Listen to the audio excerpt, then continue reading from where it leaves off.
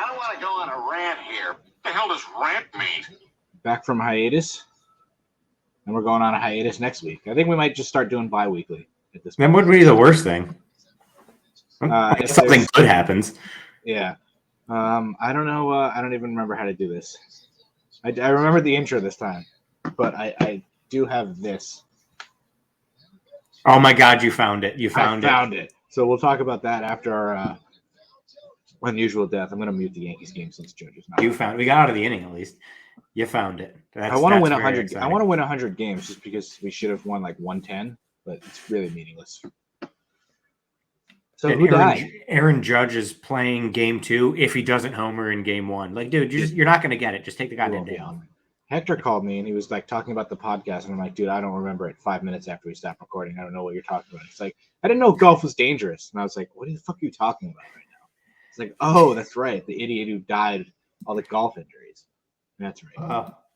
So our unusual death from last episode also had to do whenever that was, because I don't even remember at this point. It was 2 weeks ago today. Also had to do with golf. They weren't golfing, but it was on a golf cart. The woman, Eric Bedard's mother, right. Deborah. Eric Bedard's mother. Not really Eric Bedard's mother, but Deborah Bedard fell out of a golf cart onto shards of a wine glass that broke in her hands, and she died. So this happened in Calaveras County, California. This was June 2017, so just over 5 years ago. She was riding in a golf cart driven by her boyfriend of 17 years. Apparently, the guy can't commit. Boyfriend of 17 years? Fucking put a ring on it, bro. On Olive Orchard land, owned by the couple. Olive Orchard land, owned by the couple in the community of Wallace in Calaveras County. This is the beauty of it. The guy was arrested. Richard, her boyfriend of 17 years, was arrested on suspicion of driving under the influence. Wow. Of the golf cart. I don't think that's what killed her.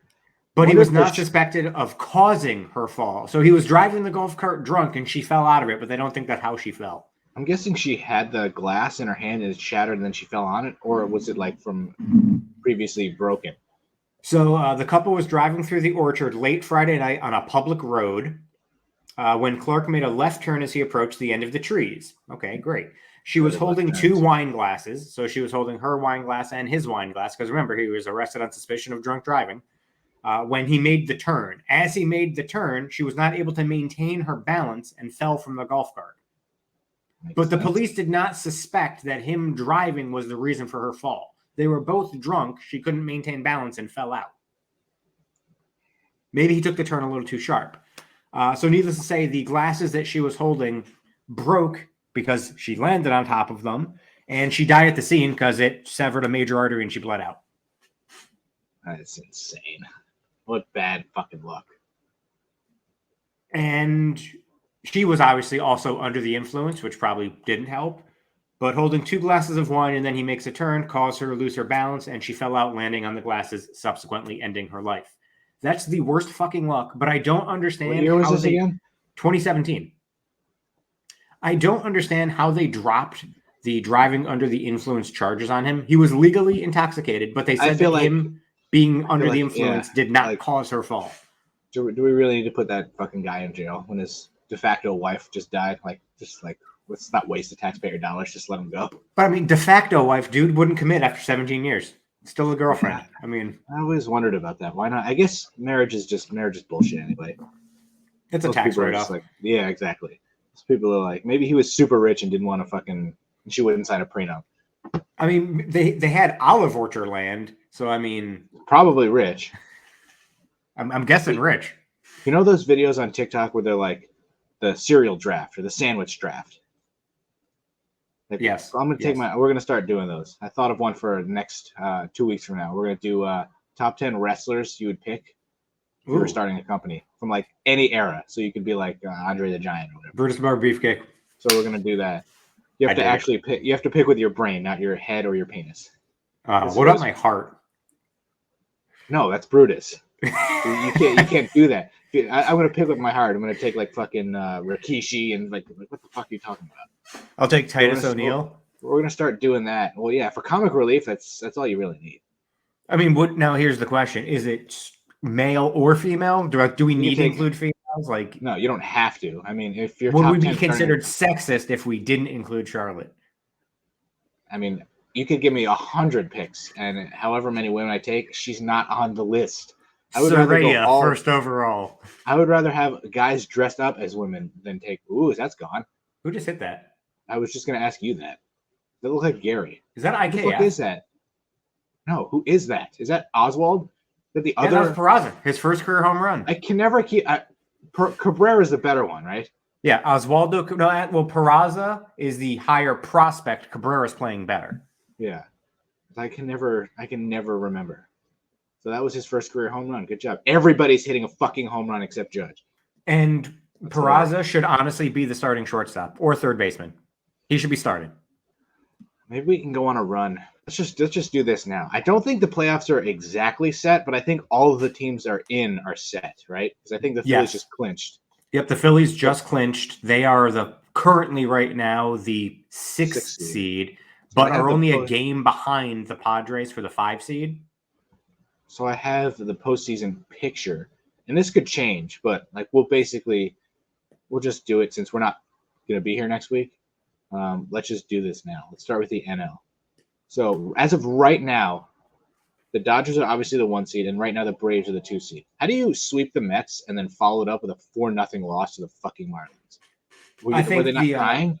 I think the excitement of that entire series, it's a little bit of a hangover. But if I said this, you're about to win the division. Come on, you can't lose to the fucking Marlins. What if this is a diabolical plan by the Braves to royally fuck the Mets? How? If the Braves lose today and the Mets sweep the doubleheader, the Mets then have to throw Jacob deGrom in game 162 tomorrow. Oh, yeah, that's true. Then the Braves just all the games start at the same time, so it's not like they can wait for the Braves game to end. There's no way they're doing that. Absolutely not. But it's not even a Mets collapse. What did you say? They were like 74-30 or some shit like that, and the Mets were like 63 and something. June 1st, the Mets were 10.5 games up. Since June 1st, the Mets have gone 63-44, and the Braves have gone like 75-32. Yeah, the Yankees would have been a collapse. As much as I hate the Mets and their fans, this was not a collapse. You guys just didn't play fucking incredible. You played well, and the Mets. Insane. The Mets for the last 4 months have played like 95 win pace. The Braves have played 114 win pace. You could say you collapsed in those 3 games, which sure. Exactly. People are giving DeGrom shit, and I'm like, okay, he had 1 bad start in his fucking career. It's not like Garrett Cole going out there in a must-win game and shit in the bed. He does it all the time. People are like, yeah, I wouldn't pay DeGrom a dime. And I'm like, there's no salary cap. What are you talking about? I mean, I think you want to make sure that he can actually stay healthy for a full year, which he hasn't done. Your owner's a billionaire, and it doesn't matter. Oh, the fans paying the luxury tax? Who cares? It's baseball. Who gives a shit? Like, why do we care? Because the Yankees are cheap and they won't go over the luxury tax. That's why we don't want Judge to get too much money. But if we had Steve Cohen, I'd be like, give Judge $800 million. I don't care. I don't go to the games anyway. I'm not paying $100 for a beer, so it doesn't matter. I don't even like going to Yankee Stadium. Like, the aesthetics is just not honestly, Citi Field is better to go to. It really is. I mean, yeah, but like I don't think it's not nice, but it's just like I'm not going. I miss the old Yankee Stadium though, honestly. I mean, I would go in September when it's cooler, like now or October, but not in the middle of summer. Fuck no. Hell no. Yeah, like that one game we went to when you were sitting on those metal benches in the bleachers, sweating our ass off. No, thank you. Even in the shade, I'm like, this sucks. I like going to the playoffs or like the beginning of the year when it's cold. You know what would be poetic justice though? If we won the World Series. That would never happen. We won't even get out of the first round. But if the Phillies get the 5 seed and they get to play the Mets in the first round, that would be incredible. I would love it because I honestly think the Phillies could win. They don't have anybody good though. I think the Padres could beat the Mets too. The Mets don't have hitting right now. But the Mets have like such good pitching. DeGrom's not going to shit the bed again. Scherzer's amazing. Yeah, but Darvish owns the Mets. Yeah, I heard that. I don't. You really trust Darvish? Do you really trust him? I would. Is he even good this year? It's a good question, actually. Let me check that. By the way, I'm pretty sure Albert Pujols has to be cheating. I think they're just grooving pitches in for him at this point. Like, there's just no way he can just like be good again. So he honestly, too bad that he's retiring because if he kept this up, he'd probably end up beating Hank Aaron for number one if he came back next year. Yeah. So the Padres are 88 and 72, which is I would consider a fucking disappointment for everything that they did. Although they haven't had touch all year, they're 22 games back. Yep, because the Dodgers are amazing. 110 and 50, and I still feel like in a series the Mets would beat the Dodgers because of that pitching. Who The are Dodgers the Dodgers don't have pitcher?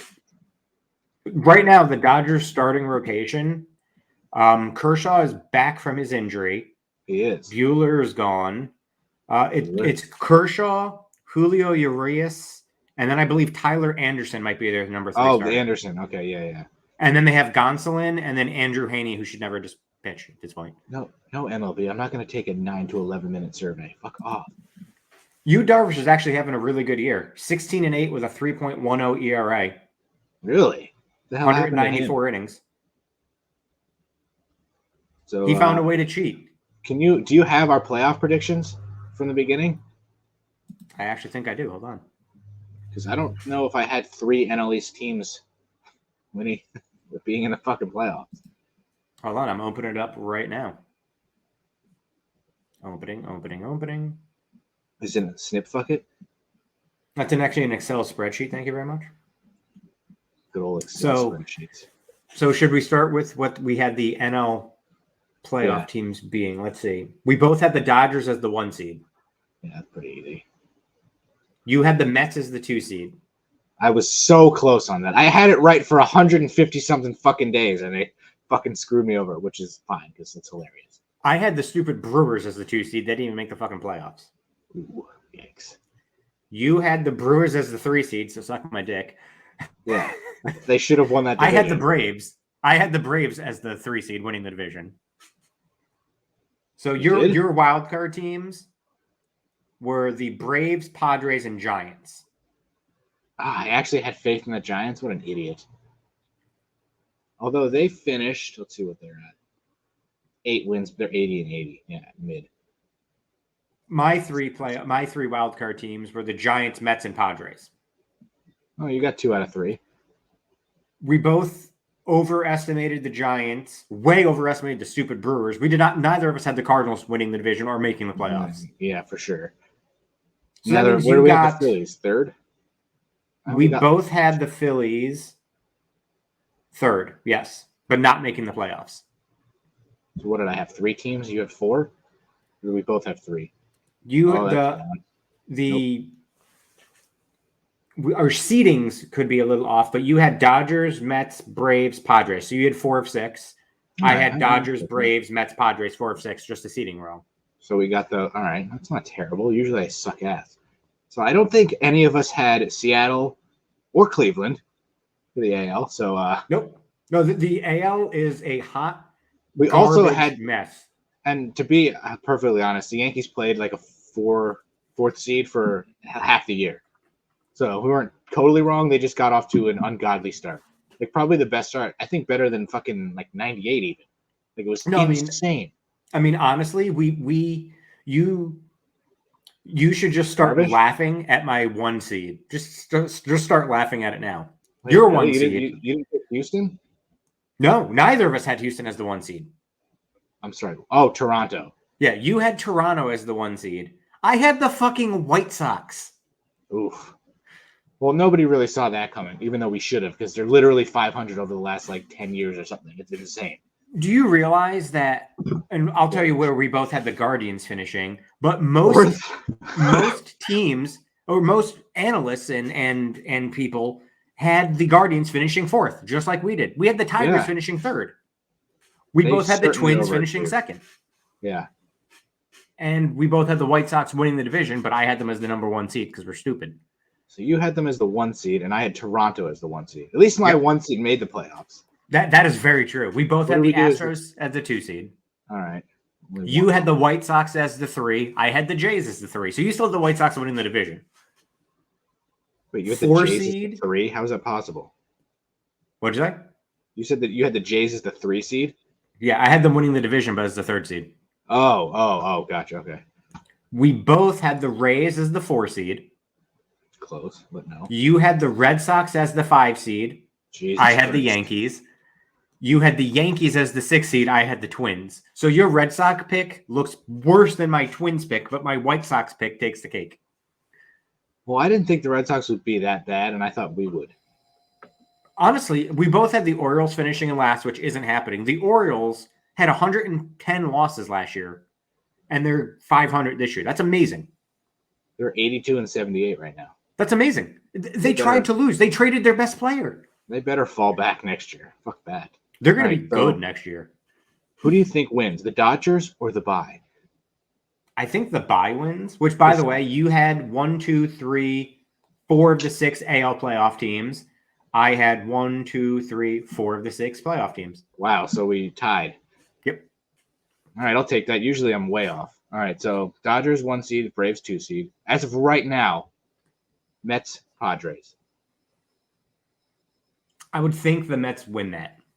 Yeah, whoever the Mets are playing, whether it's the Padres or the Phillies, I think the Mets are going to win. I think the Mets would win. Hopefully, if they stay the 4 seed, they're going to have to burn. What is it? It's a best of 3, right? Best of 3. They'd have to burn DeGrom and Scherzer. No, they'll use DeGrom and Scherzer, unless they're They're going to risk throwing Chris Bassett in game 1 to look ahead to the next round. Would you if you win game 1? Let's say you throw Scherzer game 1. Do you pitch Bassett game 2, hoping you can seal that and then save DeGrom for game 1 of I feel like I don't like doing that. I think I could see them trying that, but I feel like you have to just advance and deal with whatever it is later. It's but risky. at least they'll have to burn those 2 guys so they can't come back until game maybe 2 or 3. So the Dodgers have an advantage. But so we're gonna go as of right now. It's Mets Padres. I think whoever the Mets are playing, they're gonna win. So they're moving on. So right now, Cardinals and Phillies. After the fucking Phillies were so terrible and barely squeak in, why do I feel like they're just going to get hot now and steamroll the Cardinals? I think that could happen, but the Phillies, who's in the Phillies bullpen? Nobody. Their bullpen Who's in the is Phillies hot rotation. How are their pitchers doing? They have Aaron Nola and Eflin, I think, and I couldn't name another. The fact that I even know who their second starter is because of fantasy. I don't know anybody on that team. Bryce Harper's still there, right? Eflin is not even in the rotation. He actually closed last night. Really? Yeah, that's how bad their bullpen is. That's how little I know about the Phillies. Who the fuck even took over as manager? Fucking Robbie Thompson? Robbie Thompson, yeah. Let him to the playoffs. Hilarious. Their ace is Zach Wheeler. So Zach Wheeler, I know we were talking they're going to end up playing the Cardinals, but if they did play the Mets, that'd just be amazing. That would him be destroying his old team.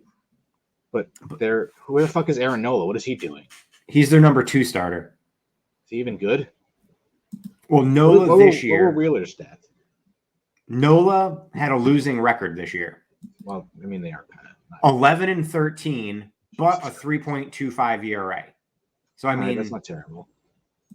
235 strikeouts too. So I mean, that's probably some bad luck. So what were Wheeler's stats?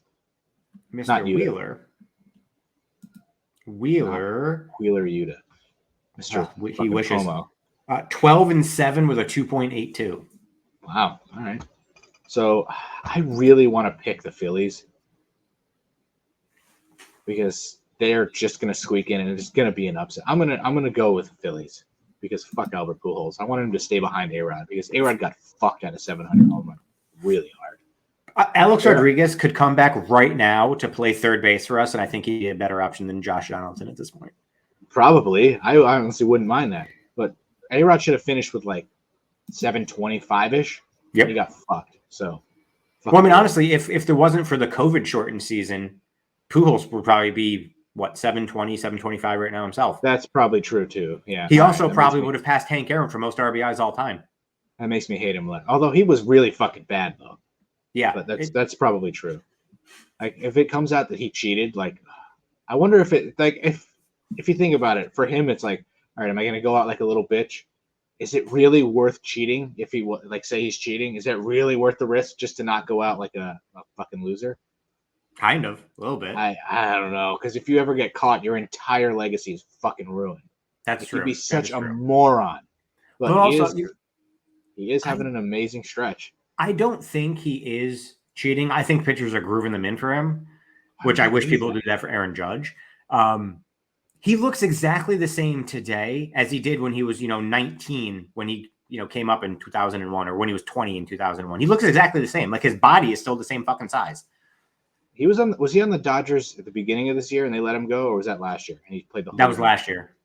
I can't keep track of these. That was last year. He's been on the Cardinals, I want to say, all season. Are you picking the Cardinals or the Phillies? Probably the Cardinals.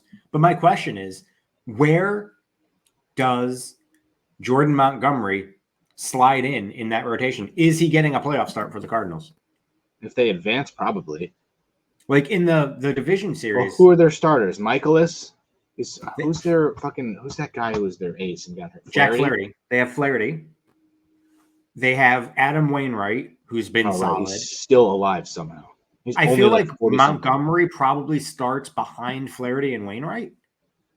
What about Michaelis? Doesn't he have like 16 or 17 wins or something? He's got like a record that's got like double-digit wins and losses, I think.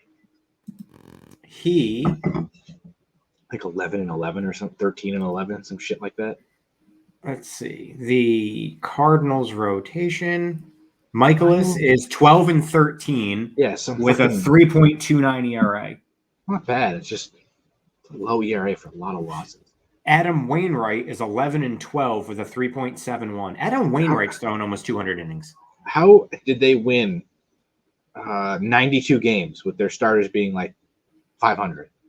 You want to know how they did? This is the exact reason. Flaherty? Flaherty just came back. He's only made 8 starts. He's actually doing terrible. He's got almost a 5 ERA.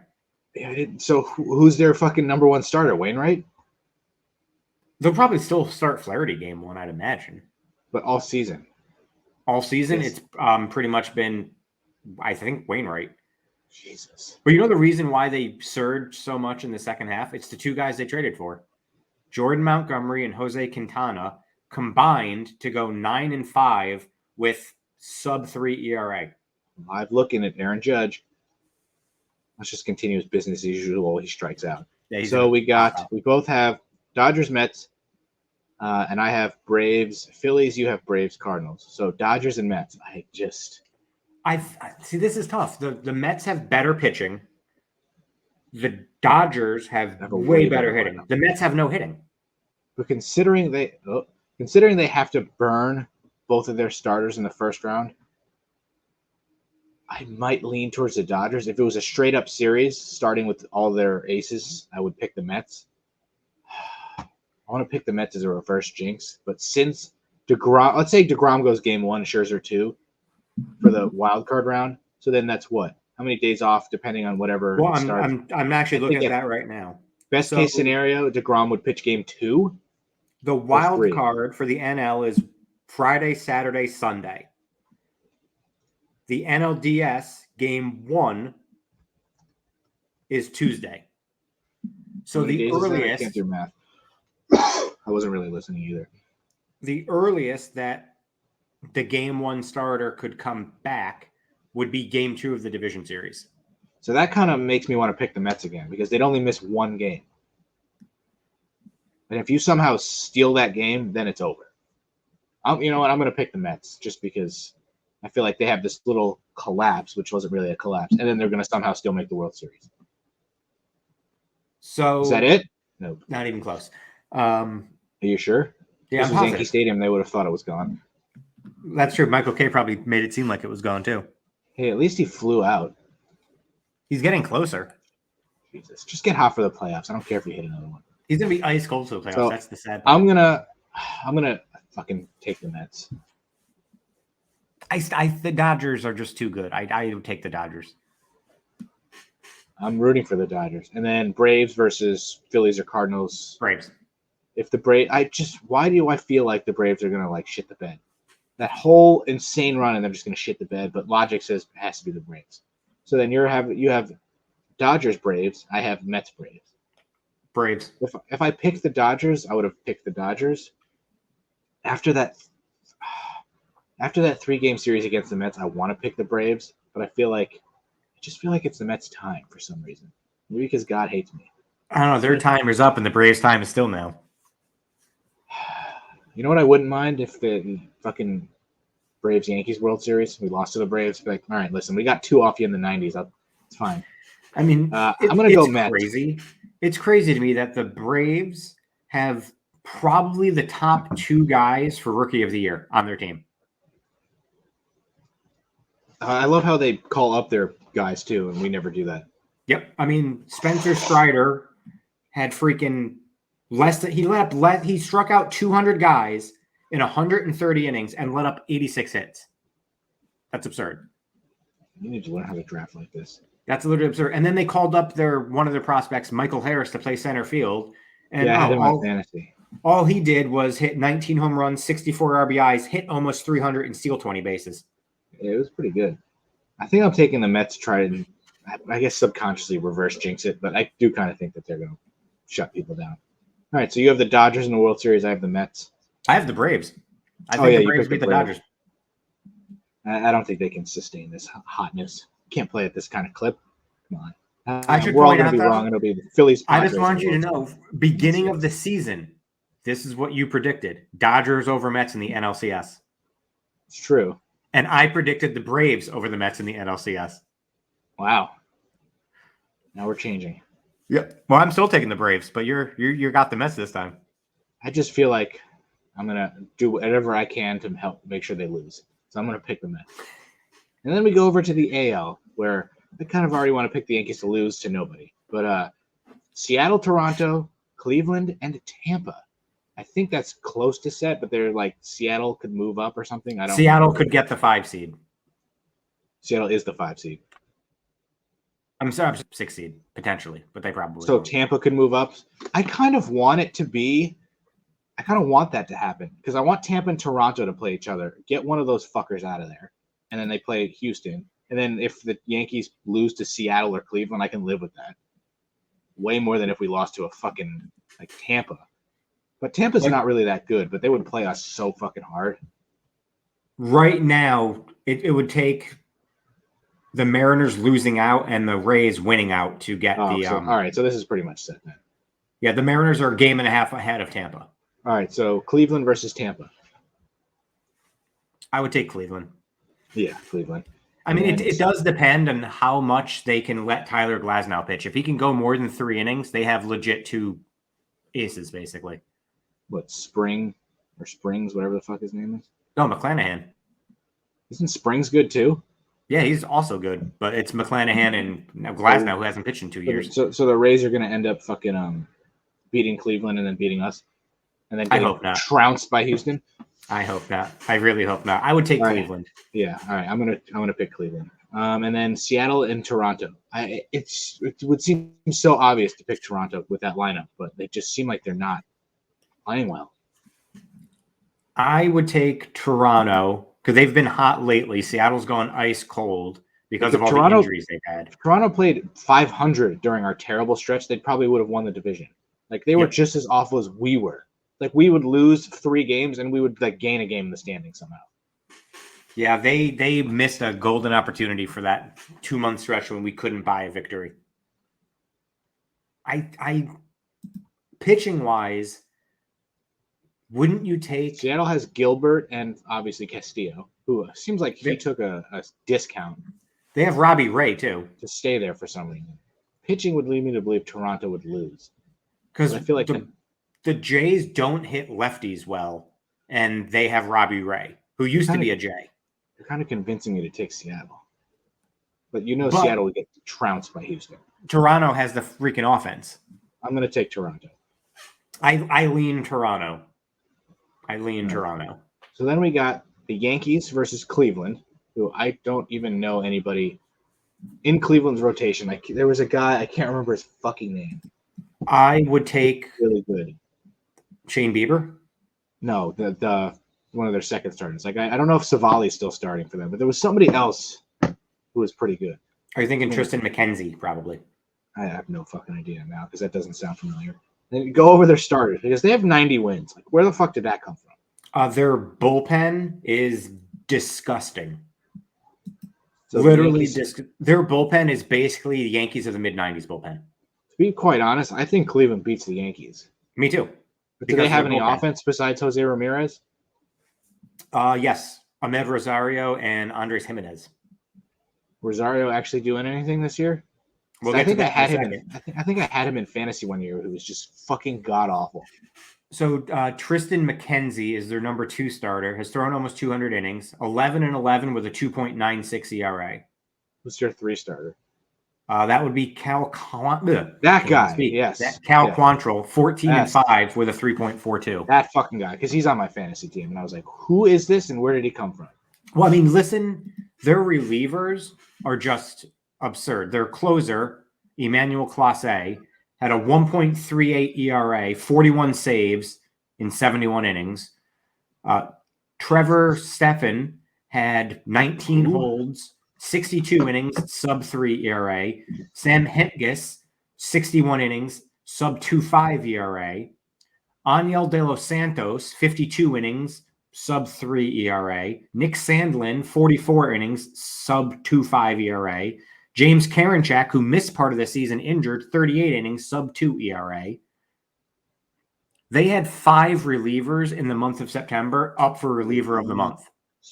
5. Their bullpen is just, it's a 5-inning game for them. Speaking of reliever of the month, did you know Carmelo Anthony won Rookie of the Month every month and lost Rookie of the Year? I did not know that. Who won Rookie of the Year? Fucking LeBron. How did he win Rookie of the Month every month and not win the award? It's fucking absurd, and the I stats never are knew close. But yeah, that pisses me off. That's I'm picking Cleveland, and not just because I don't have faith in the Yankees. They're just not. The Yankees aren't good. You don't have a single pitcher I rely on. Nestor's our best starter, and you never know when he's just all of a sudden going to be shitty again. And then we have no bullpen. Their offense every year in the playoffs goes quiet. There's just no way. If Severino can pitch in the playoffs like he did yesterday, we have starting pitching. Then we'll just lose 1-0. Exactly. Or 2-1. 2-1. So I feel like Cleveland's ripe to finally. Well, I think it comes down to we have nobody in the bullpen that we can trust or rely on. Zero. Nobody. None. Not even exaggerating. There's nobody. Like Chapman's probably our best reliever now, and he's fucking shaky as shit. Chapman won't even make the playoff roster. He probably will because we have nobody. Not a chance. Not a chance. He will never pitch another meaningful batter, let alone inning again for the Yankees. But they have nobody. At this point, Scott Efros should be the closer. He was able to close last night without blowing it. Make him the closer. We literally, I can't remember having a bullpen this bad in a long time, which was good for 2 months. I mean, honestly, our 2 best relievers are Efros and Trevino. That's just disgustingly pathetic. So I'm picking Cleveland. I would pick Cleveland too. I seriously think they're going to win. And then you have Houston and Toronto, which I don't think will even be close. Houston. It's Houston. I kind of want to change my pick so we can have Houston and the Dodgers in the World Series again. I think Houston is going to beat Cleveland. Yeah, me too. And then Houston versus the Braves, Houston versus the Mets. I would probably take the Braves over Houston. Yeah, I probably would too. I think I'm going to take. God, that would if it's Astros Mets, I'm just killing myself. Fuck. I'm going to take the Astros. They're going to get another fucking disgusting World Series. I hate it. Do you want to know what we picked in the spring? This should be the Yankees' year to win. When we have nobody, this should be the year where we fucking make the World Series. Nobody believes in us kind of year. I wish. So in the spring, we both had the same ALCS and the same result. Astros, We both Yankees? had no. We actually had Toronto over Tampa in the ALCS. Jesus Christ, we way overestimated both the AL East teams. We both had Tampa beating Houston in the division series. Jesus Christ. Who would you root for, Tampa or Toronto? Or Houston or Toronto in that second round series? Oh, God, that's the tough thing. I probably honestly root for Houston. Yeah, I really don't want the fucking AL East to win. That would piss me off. I honestly would root for Houston, I think. And I hate Houston. I hope Seattle just beats Toronto. I hope Seattle beats us if we can do that. Let's go. Well, that would be nice. At ALCS, I wouldn't mind losing to Seattle. They kind of deserve it after we beat them in 2001. Of the playoff teams in the AL, in the order of who I'd want to see beat us, Seattle, Cleveland. And then nobody. Yeah, Seattle or Cleveland. That's the only 2 teams I want to lose to. Then looking back on the season, we'll be like, we lost to the fucking Mariners. Are you kidding? But then it'll be, well, we lost to the Mariners because they got Luis Castillo because we wouldn't. We're fucking dumb. We didn't want to give up Volpe. What an awful goddamn playoffs.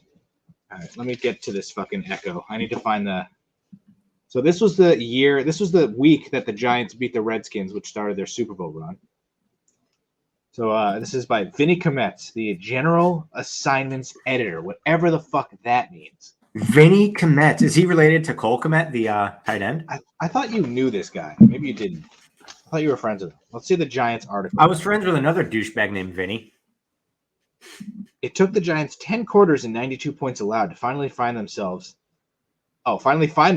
and scratch out a desperate victory against the Beltway Skins. The Beltway Skins. So we had to go 10 quarters. Why couldn't you say 2.5 games? 10 quarters kind of sounds nice, but who calls them the Beltway Skins? Like, really? Beltway Skins sounds like a cheesy sex motel. That preserves their hopes for a competitive season while knocking down the Redmen. Wait, hang on. Beltway Skins and Redmen. This guy's just making up nicknames, but it also says, while knocking down the Redmen down to size. Knocking down the Redmen down to size. You don't need the second. Wouldn't down. it just be knocking the Redmen down to size? Or who knocking is the down editor? the Redmen. Who is the editor? Vinny. He's the General Assignments Editor. Vinny sucks. Pulling the NFC East into a tighter loop. What? A tighter loop? Down What week 17 was to this? 3 What at year the was half. this? This is week 307 when the Giants had that goal line stand against Washington to win the game. Let's see. Down at half. Wait, hold on. Down 17-3 at the half. The Giants brass probably had Bill Cowher's agent on speed dial, but then QB Eli Manning started connecting for big chunks to giraffe-like receiver Plaxico Burress, real sentence, and tight end Jeremy Shockey. Simultaneously, the Giants defense, parentheses, third to last in the NFL after 2 games. Jesus, I lost myself. Started behaving like the 85 Bears and shutting down and stifling every Redskin drive, including a late goal line stand with 2 stops of running back. Remember this name? I don't. Liddell Betts. Who? And the last of which occurred on 4th down from the Giants' 2-yard line, sealing the road victory for the New Yorkers. Awful, awful paragraph. The Beltway Skins, the New Yorkers, the Redmen. This is fucking writing at its finest. But here is the best one. I'm going to try and get through this because this is a nice chunk. This is all real, by the way. This is the echo from, I don't know if you can see that. September Page 17. 25th of 2007. Dallas 34, Chicago 10. This is the real. Wait, so you paragraph. said September 25th, so that came out on the Tuesday after the games. Yeah. Okay. Dallas 34, Chicago 10. They say good pitching beats good hitting, but this is the NFL, and the Cowboys proved you need both to win. No period, by the way. To win the featured conference matchup, dealing the Bears a humiliating national TV loss on Sunday night. The first half was a sluggish affair, ending deadlocked at 3. But the boys came out loaded for. You should have said dem boys. But the boys came out loaded for ellipses, Bear ellipses in the second, as quarterback Tony Romo turned in another stellar performance, 329 for 2 touchdowns, to go along with a hard charging all around effort from developing running back star, rest in peace, Marion Barber III, 112 total yards for 2 scores. Through 3 games, only the 2000 Aerial Circus Rams accrued more points than these 2007 Cowboys, which makes it so much funnier considering they lost in their first playoff game to the Giants. Aerial Circus. Bears QB Rex Grossman was once again atrocious, love that word, throwing for less than 200 yards, no touchdowns, and 3 interceptions. And it can't be long before Cubbies head coach Lovie Smith either replaces him or lets the angry Chicago fans know his home address and telephone number. He called them the Cubbies. The Bears are now just a narrow, hapless Chiefs. Just as the hapless Chiefs. The hapless Chiefs. I get dumber just reading this. For being 0-3 and in the cellar of the newer, improved NFC.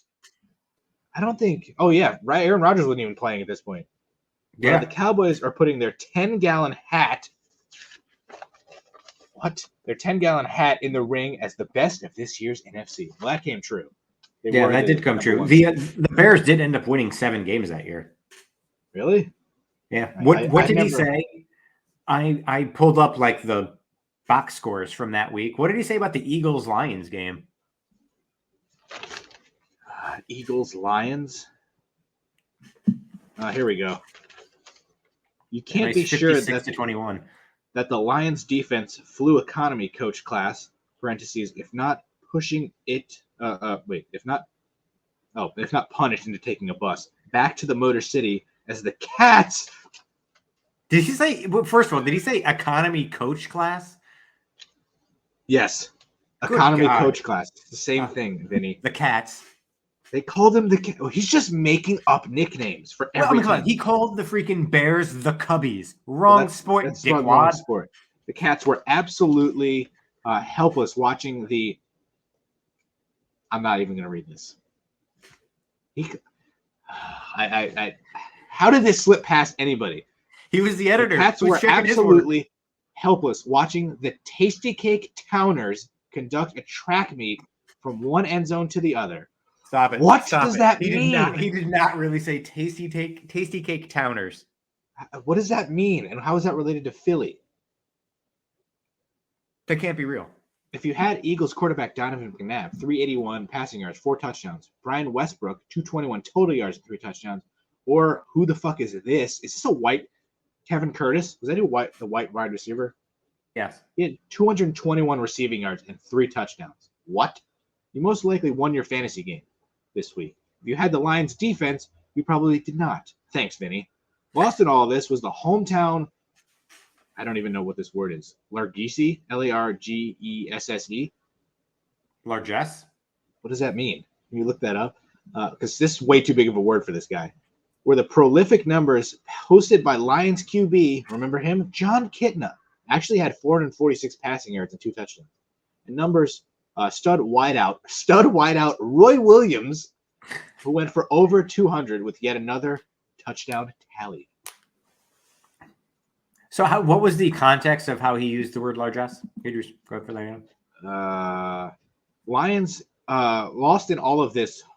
Hometown Largies, or whatever the fuck it is, was a prolific numbers posted by Lions quarterback John Kitna. So the definition of that is generosity and bestowing money or gifts upon others. Excuse me? Yeah. What?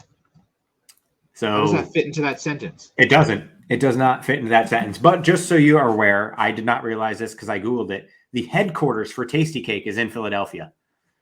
Wow. I'm sure nobody got that reference in 2007. Nobody got that reference in 2022 because I just had to Google it. Well, how many people have this newspaper still? We only kept this because this was so poorly written. Can you get it framed so you never lose it? 'Cause 10 years from now, I want to look back on this again and I have it in a like a folder type thing. So I knew exactly where to find it. I just was hoping it was in there. Okay, so it's going to have to go back in there because now we're at 50. Every 5 years, I feel like it needs to come out. We have to do it on that date. On September 25th is now the new anniversary of Vinegar that's true.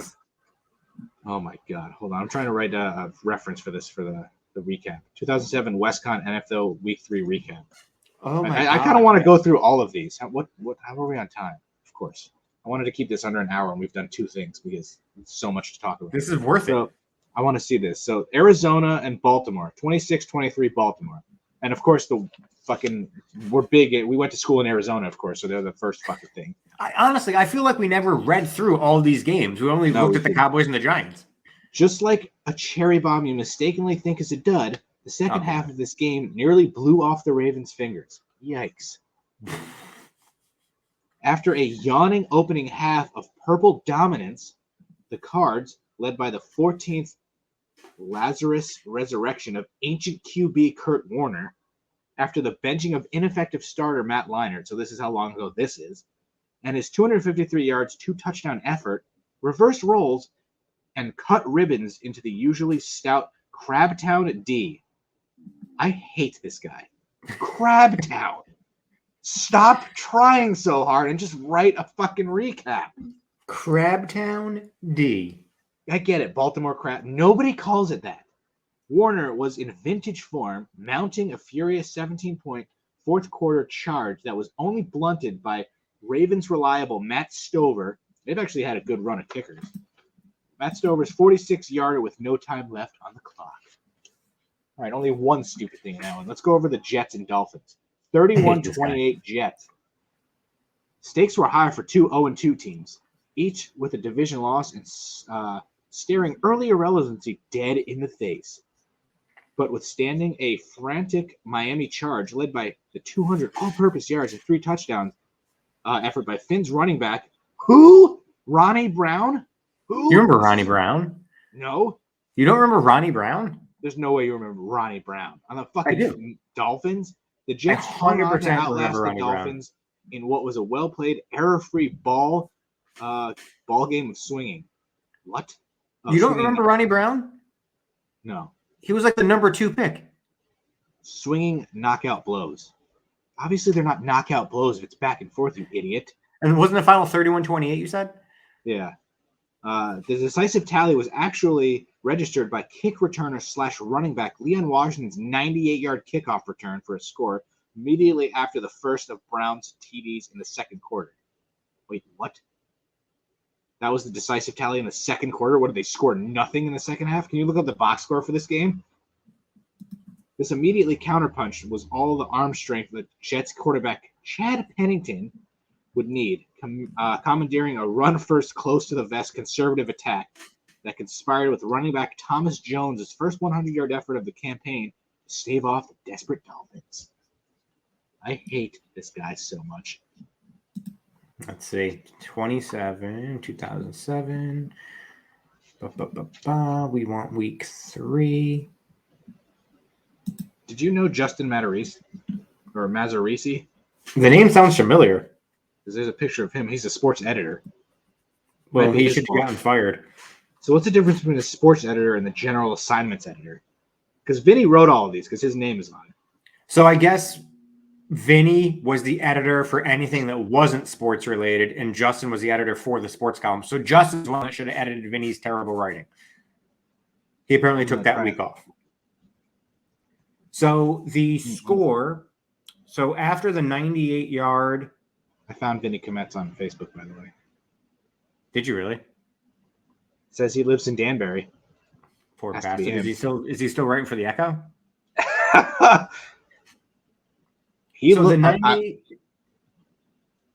There's no way this guy was a student at the time. He looks like he's twice as old as we are. I'll snap you a picture of him, what it says from 2020. So as you're doing that, Leon Washington's 98-yard kickoff return made the score 14-7. What? What did he call? What did I say he said? Oh, it said the decisive tally was actually the kickoff return. I mean, technically it was, because then 2 field goals made it 14-13. The Jets scored a touchdown 21-13. Then it was 24-13. Then 31-13. Saying something's the decisive tally is like saying, yeah, this guy had the game-winning goal, but it was the game-winning goal in the first fucking period. Ronnie Brown then scored another rushing touchdown and had a touchdown reception to make it 31-28 with 1:15 left. So the Dolphins came on furiously in the fourth quarter to make it a game, and this guy just fucking lets it go. My fucking voice hurts from having to read all these. Oh, now I have to look at Vinny Kometz's stupid fucking face. He looks like he's 55. Yeah, I don't... Are those glasses real? Or is that like a filter? I wonder if they had... Would they really have had somebody at the Echo who was not... like he looks like he could be your dad. I know. It's fucking weird. That is... Well, it says he's currently self-employed, so maybe he is still working for the Echo. Living in his mom's basement. Because I don't think that pays for the bills. I have a headache now from reading this. Fucking Vinny Kometz. I don't ever read this much stuff. Tasty Cake Towners. Does it actually say he lives in Danbury on his Facebook page, or does it say Hat City or something like that? I think he lives in Danbury. I gotta go back, goddammit. From Hat City, Connecticut. Our Lady of Perpetual Sorrow. Is that a real school? That's probably what his mom says every night that he goes. He's from Danbury and he lives in Danbury. So yes, indeed. What a bum. I'm trying to see what else is on this paper. Oh, Into Club. Oh, the Westside Campus Center's new club offers all students late night treats and sinful sweets. What? What? This is the Westside campus, I guess. I don't remember late night suites on the West Side campus. Do you? That's what they called you. College Cost Reduction Act, 2007. Nice. Thanks, And Obama. Oh, it wasn't even Obama. No. WXCI 91.7 is radioactive. Haha. Get it? Want to see your name here? Join the Echo. Meetings every Friday at 5:30 in the Student Center, room 212. Why did Who's we going go? to want to meet at 5:30 on a Friday? Ah. How am I going to go to the club on the West Side campus Ooh, if I'm meeting wait, you hold at on. 5:30? WestCon ran over D1 Iona in football. That's pretty wow. good. Good job Way for to you go. guys. Let's go Colonials. Women's tennis defeats Western 8-1. 8-1? How's that a score? Maybe maybe it was 9 matches total. I don't know. It feels like there's not enough games. Did we miss? Was there another page I'm missing? This is 1, 2, 3, 4, 5, 6, 7, 8, 9, 10, 11, 12 games. I must be missing a page. It's also fucking destroyed in the back, but the golden part is still. This looks like it came out today. Like it's in good condition. Jesus Christ! If that ever starts getting tattered, we have to laminate it. I know. I have to like preserve it and frame it. I'll frame it like this so I can still read everything. Oh my god, it's. You should take a copy of it and send it to Vinny Kmetz. Like, hey, can you edit this, please? Just try and read. Could you imagine how bad the rest of the weeks were? Whatever he was writing, all the gold we probably missed out on. I wish that. Why did we never, after we read that and saw it, why did we never get future week's paper? We probably wanted to fucking kill ourselves reading that. That's probably true. It's probably I wonder why. true. I mean, we must have read that week and kept it. It's not like we just had a newspaper and read it like 6 weeks later or something. It was like, it's not like we were laying in bed one night and I was like reading that as you're sitting there. I'm trying to figure out. I vaguely remember being in so that makes no sense. What week was this from? September. All right. So this was. We had just gotten to school. We were in fucking, what was the other one? Wasn't Penny. We were still in, was it Grasso? Were we living with Kyle? I'm trying to remember why I would have picked this up or who would have picked this up. Maybe I had it in the fucking. I must have found this, read it, and was like, I have to show you. Or something like that. That could be. That's just. I don't think I have the strength to do anything else today. That just took so much out of me. We just took the lead. That's stupidity. Oh, yeah, I forgot we were still playing. Mar loser. Every time I see him, I'm like, we don't have Gary Sanchez. Who is that? He looks like Gary. He really does. So, I mean, I just have to ask you some questions about the games that happened this past week. What are your thoughts on the Giants? Are they good at 3-1? What do you think? No, of course not. If Aaron Rodgers played for any of those 3 teams, they don't miss those like throws that Baker Mayfield was missing. And fucking Justin Fields is like Daniel Jones going into that game had like twice as many passing yards as Justin Fields, and he doesn't throw the ball at all. That's how bad Justin Fields is. I had no idea he was that bad.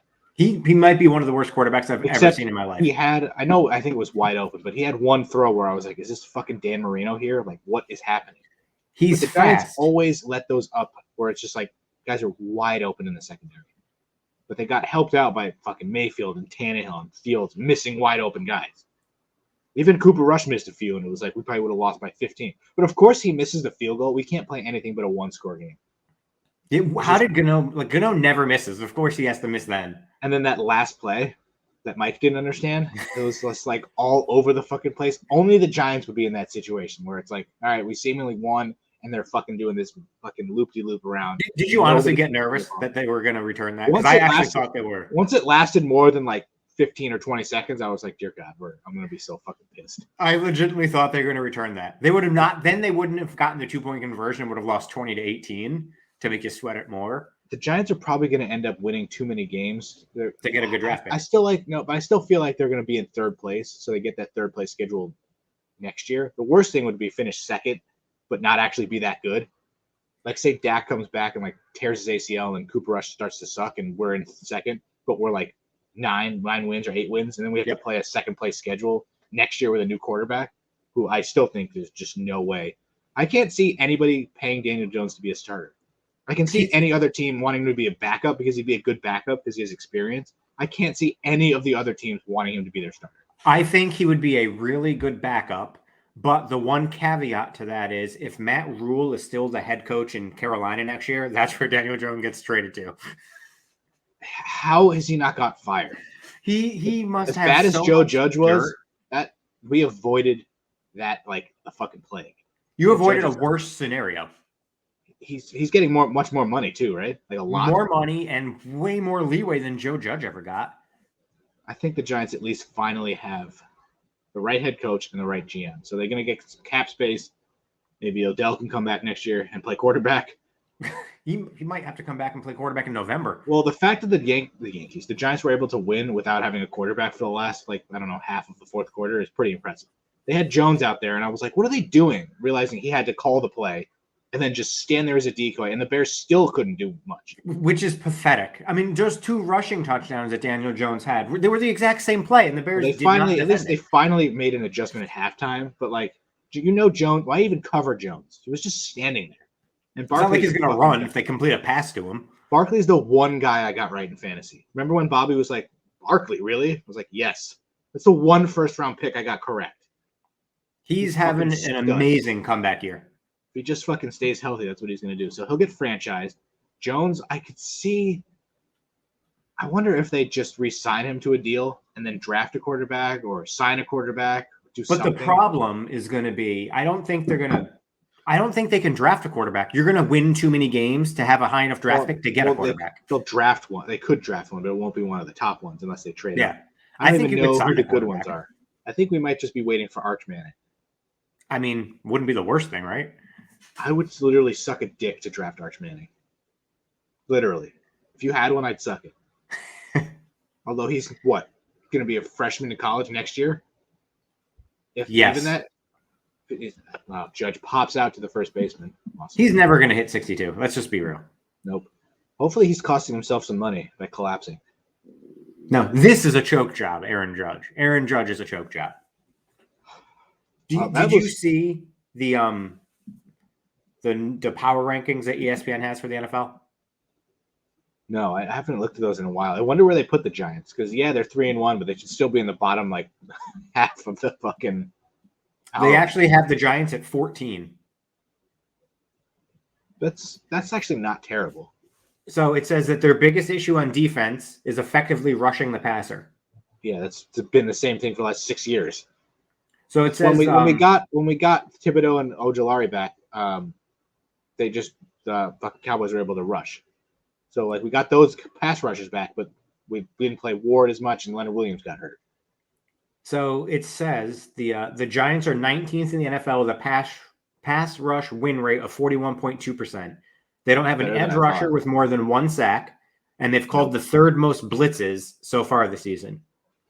Really? That high? It might work against the quarterbacks they faced, but life is about to get much more difficult with Aaron Rodgers, Lamar Jackson, Trevor Lawrence, and Geno Smith on deck. The fact that Geno Smith is actually up there as being somebody you need to be worried about, it's amazing to me. A lot of the Giants game, going into the season, it was they could win against the Jags, they could win against the Lions. No, they fucking can't anymore. Nope. So the fact that they actually beat the shitty Panthers and the Bears was at least I got some joy. But of course, they lost to the Cowboys, which basically ruined it. But if you told me 3-1, I would have been like, hell yes. But it pissed me one game I really wanted to win. Looking at the upcoming schedule for the Giants, they're going to lose to the Packers. They're going to lose to the Packers. They really should at least be. If it's a blowout, it should be. It should be competitive, but they should lose. What's his name? Billy Zappi or something? What was his first name? Bailey Zappi. Is it really Bailey? Yeah. That is an awful name, but Bailey Zappi almost beat the fucking Packers. They're not that good. No, but they're not. Aaron Rodgers will obliterate the Giants. He won't miss those throws. Oh, did you see that? So after Judge popped out to end the inning, he slammed his helmet down. He's actually showing frustration now, which he never does. Great hustle, Aaron Hicks, you stupid asshole. He couldn't have gotten that. So he still sucks. I think it's going to be competitive, but you're going to lose to the Packers. I think you can beat the Ravens. Half, please. No way. I think you can. You know how bad we are with mobile quarterbacks? Lamar is like the mobile of the mobile. He will rush I guarantee you he will rush for at least 100 yards. He's on your fantasy team. This is a game that he throws 3 interceptions. That's actually true, but they win by 14. He'll be terrible and they'll still win. It'll be a J.K. Dobbins evening. Fucking 4 touchdowns. And it'll piss me the fuck off. Oh, that makes me so angry. At Jacksonville, I think it's going to be tough because I think the Jags are actually a pretty good team. If Lawrence shows up with the 5 fucking turnovers, then maybe. But other than that, probably not. The Seahawks, beginning of the season, I would say that's a guaranteed W. The Seahawks look good with Geno Smith. Like they really do. Makes no sense. He's better than Russ with numbers. I don't understand how the Broncos beat the Niners, and then like the Broncos aren't good. How did the Niners lose that game? Yeah, the Niners had no business losing that game. The Broncos suck, and they're horribly coached. They suck. He's really bad. How much money did he get? Because he should be fired after 1 year. Nathaniel Hackett is not good. He's not good. As Michael K says, Nathaniel can't hack it. Wow. The Texans also said should be history. Did you see that TikTok? Michael K's on Judge's call. He actually says history instead of history. I did not see that word. So, and then I think he doubled down where he said he didn't. It was a little bit wordy, but I like the call. Like, really, don't say see ya. Like, do you think Gary Cohen wouldn't give his whatever the fuck his call is? Like, get the fuck out of here. Or did you see Kurt Schilling was like bashing him too? Well, Kurt Schilling's a fucking idiot. And Kurt Schilling was like, I used to call him a friend. Michael K was like, we were never friends, ever. Good. You were on my show once. Also, wait. He used to call him a friend, but now he's not his friend because he made what he thought was a bad call. Or did because K has talked bad about Schilling on his show before in the past. So he's like, because I used Kurt to call Schilling's him a piece of garbage. Exactly. But Kurt Schilling was like, you don't need to tell us it's 61. We know. And Michael K was like, yeah, 100 years from now when they're playing back this call, you think they're going to know it was 61, Kurt? And then Peter was like, he also didn't. The one thing I agree with, he didn't say Aaron Judge's name. He probably should have. He said he should have said Aaron Judge. Yeah. But then Peter was like, yeah, we knew like down goes Frazier. We know Frazier went down. Should he have not said it? That's true. Although Peter would suck off Michael anyway. That is very true. I didn't think it wasn't bad by any stretch. Was it great? Not really. But I thought it was better than John Sterling's call. John Sterling said it is high, it is far, it is gone. It was neither high nor there. It was neither high nor far. It was gone. Yeah, a home run is always far. Doesn't matter how far it goes. It's always far. But I did like the tribute to fucking what's his face, Phil Rizzuto. But he should have said Aaron Judge instead of he. Other than that, I agree with that. Michael K's always wordy with shit like that. Did that for Jeter, I think, too. Yep. 2000 hit. Whatever. I'm just glad that he was able to call it and it wasn't like on Apple TV or some bullshit. No, that would have been a fucking disgrace. I would have rather had never hit it. Whoever the fucking Apple TV people are. Oh, that's gone. That is gone. The way he reacted after that swing made it seem like it was a foul. Like he's barely moving. Did he fucking tear his shoulder? Fucking guy. All right, we can wrap this up, I think. I don't have anything else. It's 3:33. Make a wish. I wish that you were dead. You're welcome. You're supposed to keep it to yourself. Now I won't die. My bad. My bad. I'm sorry. I have 8 brackets for the rest of the year so far. So 8. That should keep us good going. Then we're gonna start doing those drafts. So when you're on vacation, you can start planning your draft. We're gonna go top 10 wrestlers. You would start with the company, so you can take them. And just if you take like Seth Rollins, it'll be like Seth Rollins now. If you take Hogan, it'll be like Prime Hogan, whatever you want. So start and it can be WCW, it could be ECW, it could be any wrestler you want. So if you want let me ask you with this, Dudley, and you go for it. Can you draft tag teams? If you want to. If they were predominantly tag teams, yeah. Like if you said the Dudleys, like, I mean, sure. But you don't have to. So it's not like you have to build like division by division. It's only 10 people. You just want stars. I think the cops are coming for you. Yeah. Good Lord. Seth Steiner, actually. Is it based around like building the company around? Like, does it have to be because of the ring work? Like, am I drafting Hulk Hogan because of the presence that he had, but he sucked in the ring? You know what I mean? Well, yeah, it's fucking Hulk Hogan. Yeah, of course. Okay. If I'm going to start with what are you going to start with? Fucking Rey Mysterio, great wrestler who's fucking paying to see him. If either of us draft Ric Flair, we're no longer doing this podcast. Well, you kind of ruined what we were going to talk about because I guarantee you he wasn't going to get drafted by either of us in the top 10, and people were going to be like, I guarantee. Spoiler alert: Ric Flair sucks. He would go in the top 5 of anybody else doing this, but so that we're going to do that, and then looking for other ideas. This isn't really our own idea. It's just we see it all over on TikTok and it fucking pisses me off. What did that guy pick in the restaurant one that we just saw? Did he go like Arby's or something like that? We picked Arby's second. There was something else he picked. Wendy's? Yes, he picked Wendy's first or something. And I was like, dude, what? All right. So we'll do those. We got more brackets. Yeah, so we have to do a death that I will definitely not remember 2 weeks from now. All right, I got it open. Give me a year. Let's see. You Should we just go did 20 2007? Like the Echo? Let's see if there's anything in 2007. I dig it. Vinny Kometz died. There You is wish. one. Did we not do? Did we do Humberto Hernandez? I'm not Does that sure. sound familiar? Oh, we did do this. Fuck! It was Humberto Hernandez with the. He got struck in the head by a fire hydrant. Oh, the fire hydrant guy. The fire hydrant guy. Yeah. Okay. Damn it! There was no 2000. Is there anything 2009? Last time the Yankees won the World Series? 2009. Oh my God, this is incredible. I'm doing this one. There's one that says unknown, but Diane Dury, Durre. This is kind of amazing. Diane Dury, 49, was killed in North Platte, Nebraska by a falling, get this, I don't want to see your face, a falling Taco Bell sign.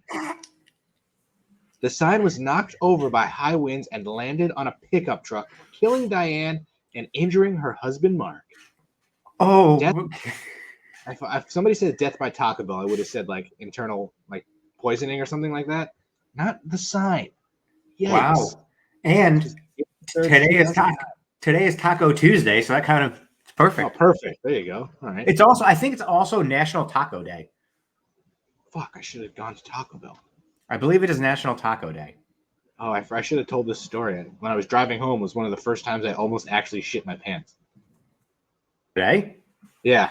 I was driving home. I was like, oh, my stomach doesn't hurt. Let me let off one of those farts, feel better. And then I was like, oh, I clenched. And I clenched the whole ride home. And I drive with my hand on the shift knob. And I didn't realize when I got out and I let it go, my hand was throbbing. I was like squeezing I still had 15 minutes at least left. So I was like, oh no, I might have to pull over and like shit in Dutchess. I was like, this is not good. Literally just clenched the entire time. Like, this is not what I want to do. It's not what I want to start my fucking day off. Shit, that's the worst. Almost a disaster. And it wasn't like it felt like you knew it was going to be diarrhea. It was like, if I just shit, it would be just liquid everywhere. It was just terrible. But we avoided it. It is National Taco Day, by the way. I wonder if Taco Bell has a promo. I could still technically go to the mall. What did we do? What was last sports injury? Was it Mike Utley's paralysis? It was the green one. Yes. No, that's just the article. I believe it was Mike Utley. Mike Utley. All right. How about Steve Yeager's neck puncture by Batshard? That sounds like an article title, and the guy's name is Batshard. Longtime Los Angeles Dodgers catcher Steve Yeager. Meister? Oh, we did this already. The famed pilot Chuck Yeager. Oh, yeah. We did. From Impractical Jokers. All right. How about? Oh, this one's not as fun. Peyton Manning's single-level cervical neck fusion. Quarterback Peyton Manning won awards, but he had a neck condition and required to undergo surgery. He missed all of the 2011 season, so they got Andrew Luck. It's mid-30s. Future in football was. And that's when he came out where they there were rumors that they had like HGH shipped to his house under his wife's name or some shit. Yep. Nevertheless, Manning returned to the Broncos, and had like 50-something touchdowns. Eli Manning has led the Giants to 2. I love how they throw that in there at the end. Technically, Peyton Manning has 2 Super Bowls, but really he has 1. He didn't do the Broncos carried for that second one. Also, I don't think he played that full year. I think Osweiler played some games, or whoever their backup was. Believe so, yes. Was it Osweiler? That's fucking wild that their defense was that good. That fucking Brock Osweiler. What year was this? Was that 2012, 2013? 2012 comeback player. In 2016, he won Super Bowl 50. Let me look at that roster real quick. That was 2016? Jesus, why does it feel like not that long ago? I mean, more than that. That's only 6 years. Definitely, it was 2015. It had to be. Yeah, they were 12-4. They won the Super Bowl. Let's see, where's your roster?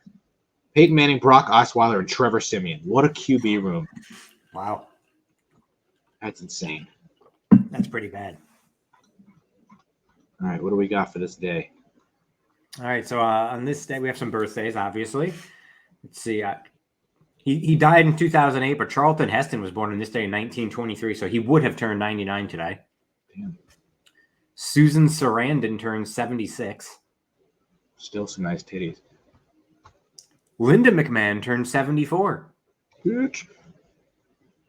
When do they announce the divorce that she's inevitably getting from Vince McMahon? Is that going to happen soon? Or they're probably just going to not do it because it's like financially doesn't make any sense.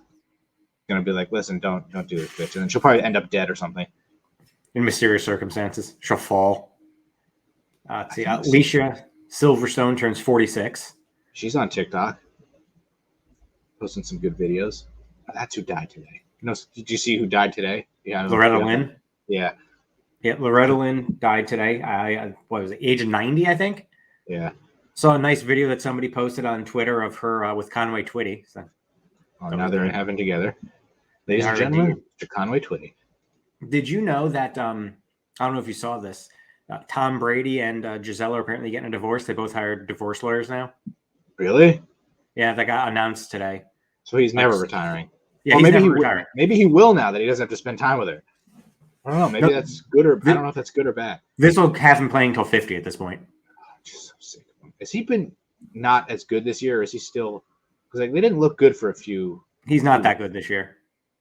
So maybe we can finally see him just go away. He has glimpses every now and then, but you can tell that he's. But I also don't think he's fully committed because they're giving him a day or so off a week for whatever the hell they gave him that 10 days off because his life is going to shit. You'd think he'd bury himself in football.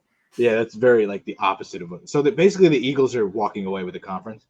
Oh yeah, I think that's fair to say because the Rams don't look good. The Rams will beat the Cowboys on Sunday, but Stafford looks awful so far this year. I bet you they fucking lose. There's no good teams in it. It's disgusting. Cowboys and Eagles are primed for a run. 49ers, baby, Jimmy G. They lose to the Broncos, but then destroy the Rams. It makes no sense. Nothing. A lot doesn't make sense. Again, I hate it. Janice Joplin actually died on this day at the age of 27 in 1970. I still never did that. I think at week 1 or 2, I talked about the 27 Club and never went into it. Yeah, that sounds about right. She's in the 27 Club. And mentioned Loretta Lynn, but also something different. Secretariat, the horse, died on this day in 1989. Was it euthanized or did it just die? Died. Old age. It was 19. It is pretty old. So I think that is old for a horse. It won the Triple Crown in 1973 when Secretariat was 3 years old. Crazy. Some events that happened on this day. So let's see. We have 2 that are wrestling related. We're keeping it kind of wrestling. On this day in 1975, Ric Flair was among passengers involved in an airplane crash on approach to Wilmington Airport in North Carolina. I know what we're both thinking, but we're not going to say it. It should have been him. The plane. You said it. Oh, wow. That camera angle made it look like it was a home run. Fuck off. Yeah, the camera went up when it shouldn't have. Right, you said it, not me. Contained Ric Flair, David Crockett, Bob Bruggers, Tim, Mr. Wrestling Woods, and Johnny Valentine. Why does Tim, Mr. Wrestling Woods, get the moniker nobody else does? Whatever. I wonder if he was the biggest star at the time. Although none of the wrestlers passed away, the pilot slipped into a coma and died 2 months after the incident. What you said Dave Crockett? Was that David Jim's Crockett? Son? I believe so. Or it might be Jim Crockett. Maybe Jim was the son? I don't know, actually. I gotta fucking look this up. As they're doing that, Valentine suffered injuries that confined him to a wheelchair for the rest of his life. And Flair famously suffered a broken back. Multiple doctors implored him to retire from the ring, should have listened. Instead, he returned to action 8 months later and is still wrestling to this fucking day, 47 years later. So who was it? Dave Crockett? Dave Crockett. So Jim Crockett Sr., there's Jim Crockett Jr., so Dave must have been like a... cousin? Brother? Son? Okay, David Crockett was an American folk hero. Not him. Sorry, not Davy Crockett. Jesus Christ. Dave Crockett. He was born in 1946. David Crockett Jr. was 44. Yeah, so another son. An American professional wrestler, an executive. Yeah, so that's his dad. Yeah, his sibling was Jim Crockett Jr., so his dad was Jim Crockett. That's crazy. Jim Crockett Promotions. I kind of miss the territory days. I wonder what that was like. Well, having absolutely no idea if you were living in New York who fucking Ric Flair probably even was. That starts tonight, too, now that you mentioned that. Tales of the Territory is on Vice. Really? Oh, shit. I got to set the DVR for that. I want to say it's on at 9 o'clock, but it starts tonight, October 4th. Let's do that now. On this day in 2009, the first ever Hell in a Cell took place at the Prudential Arena in Newark, New Jersey. Best match on that night was R-Truth versus Drew McKinstry, as Alex would say, and you had the fucking green polo. The green polo. We were there for that. I don't even remember these matches. Weren't we supposed to be at another pay-per-view, or was that 2011 that we couldn't? When did your grandmother die? I want to say that was 2011. Because it was Fatal 4-Way, where Sheamus, I think, won the title, and we missed that because of you. I don't No, I got my that. license in 2010. Was it before that? When did Sheamus start? Jesus Christ. Maybe it was 2009. Yeah, it was June 2010. 2010. I didn't get my license till later that day. You want to know the card of that real quick? Yes. What we missed? Zack Ryder defeated MVP in the dark match. Kofi defeated Drew McIntyre for the IC title. Alicia Fox defeated Eve Torres for the Gail Kim and Maurice for the championship match in a fatal 4-way. Go figure. Evan Bourne defeated Chris Jericho in a random match. Rey Mysterio defeated Jack Swagger, Big Show, and CM Punk for the World Heavyweight title in, you guessed it, fatal 4-way. Miz defeated R-Truth for the United States title. Hart Dynasty defeated the Usos. That's how long the Usos have been around. Jesus. And Sheamus defeated John Cena, Edge, and Randy Orton in, you guessed it, fatal 4-way. So we didn't exactly miss anything besides Sheamus winning the title, which would have been cool, but not a great show. And I don't even know where our seats were, but... Do you remember the main event of Hell in a Cell 2009? Yeah, it was DX versus Cody and Ted, where I think Triple H was locked out for half the match. I don't remember that match whatsoever. Fun. I remember Punk being punished by starting the show off and just getting squashed by Taker.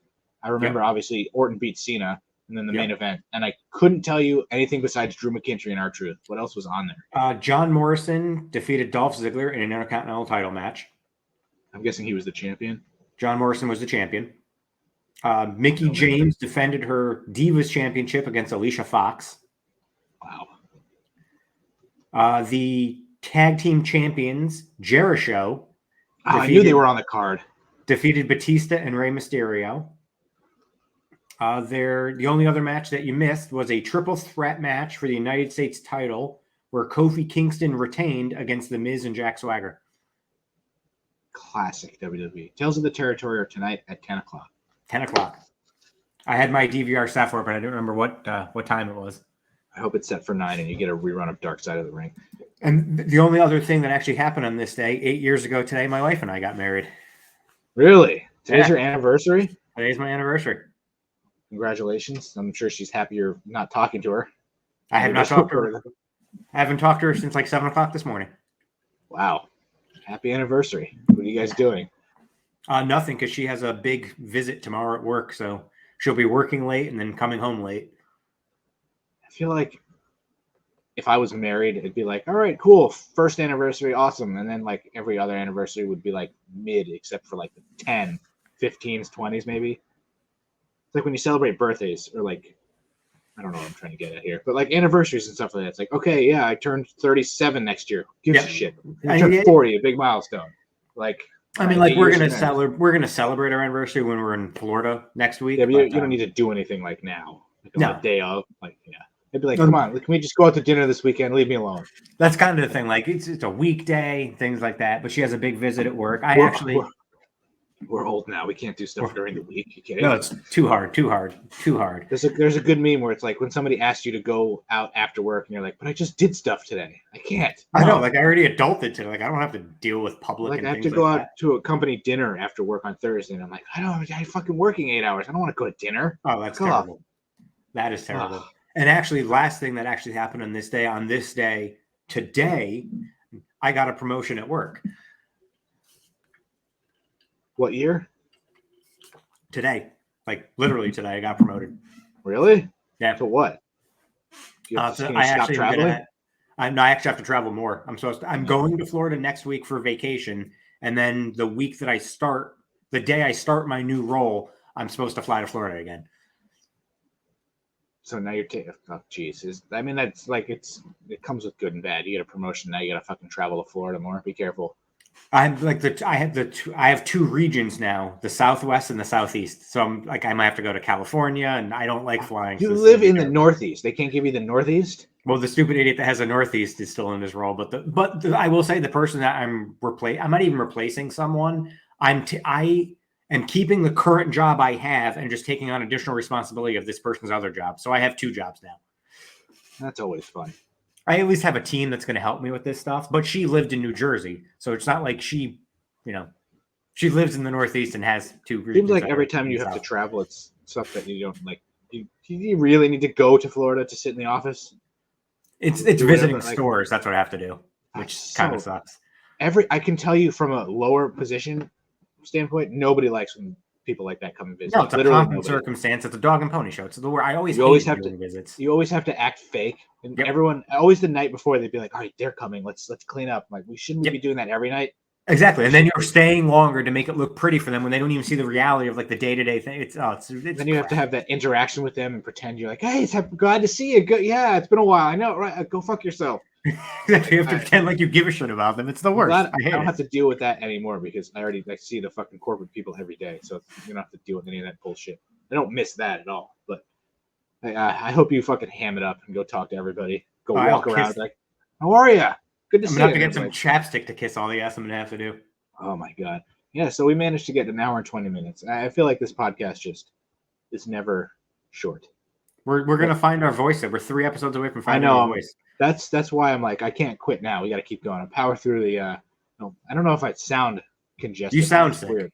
I'm like, I'm not congested, but like my throat's not sore, but it feels like the end of a cough where you're like, there's phlegm, and I'm like, I haven't been sick though, so maybe I feel like I got kicked in the throat or something. I don't know.